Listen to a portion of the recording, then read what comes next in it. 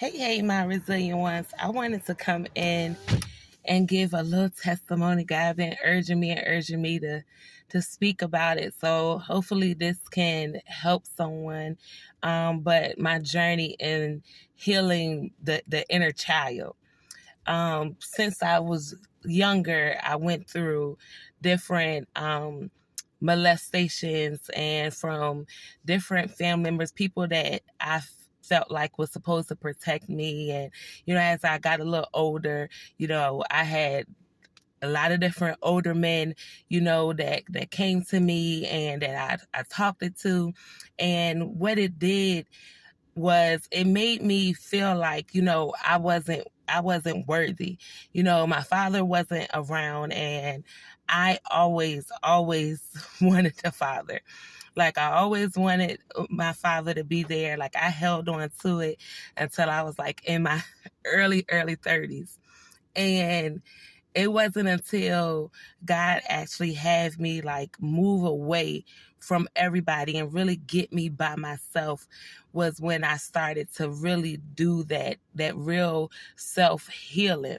Like I always tried to, but it was just hard. I don't know how to explain it. But once God was able to really get me by myself and really show me my worth. I always felt as though, that I wasn't worthy.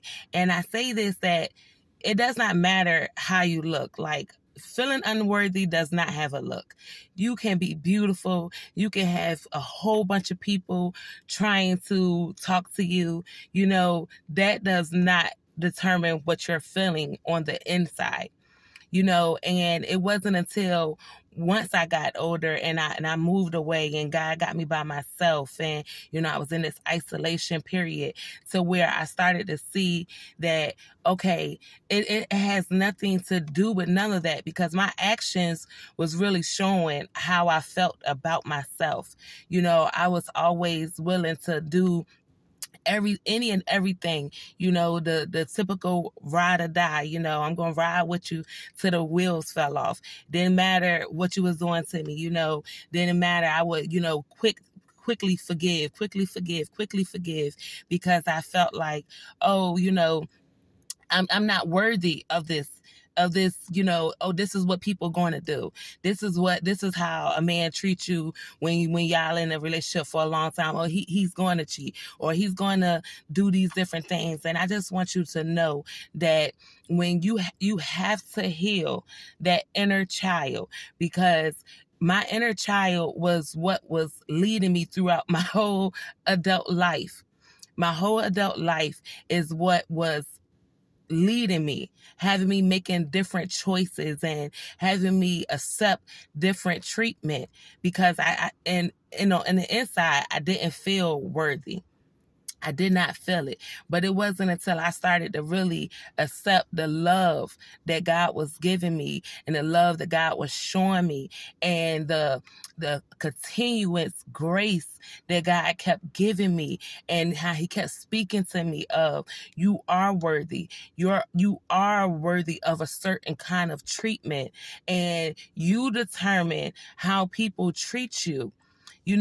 And this is for men and women because men go through trauma in their past just the same as women. It's just not talked about as much. They hold it in a little more. And so I want to encourage you to do the work to heal that inner child because that is really what's leading you. And so I had to go all the way to the point of talking to my inner self and telling her that she's worthy. Going back to different times of when I was younger and when I was raped. I was raped and it wasn't a form of rape of like a brutal rape or like he was beating on me or anything, but I was saying no. And he still was going, but he was a popular person. And I was just like, well, I can't say that nobody's not going to believe me because That's just what it was. And I even started talking to him after that, and when I look back on those things as an adult, I really see how broken I was, and I just want to encourage you to heal the inner child. You have to heal the inner child. Start to ask God to show you who you are. Ask him to show you how he see you, because really that's what really matters. It matters of how God see you, who he say that you are. And that is when you will start to look at yourself different. You will start to value yourself more. So just know that different things that you went through in your past, it was not your fault. I blamed myself for years because I felt like you're not strong enough. Like, why do you keep accepting this? Like, I just beat myself up so much. And I just want you to know that you have to be your biggest promoter.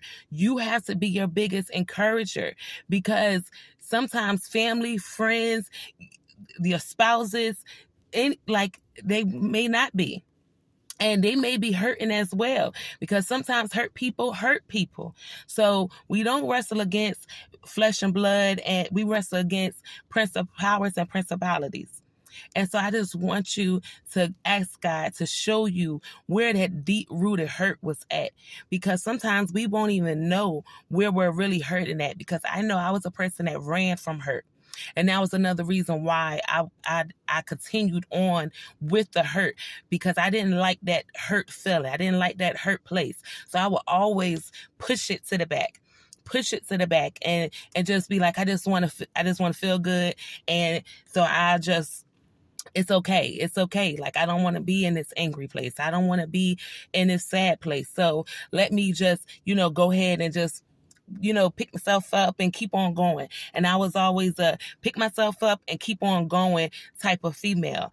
And that can be good, but that's also very damaging, because if you do not sit in your feelings, sometimes they don't go away. You just marinate it. I have a saying that, it's like when you mow the lawn, and if you get a good sunny day and a good rainy day, it comes right back up.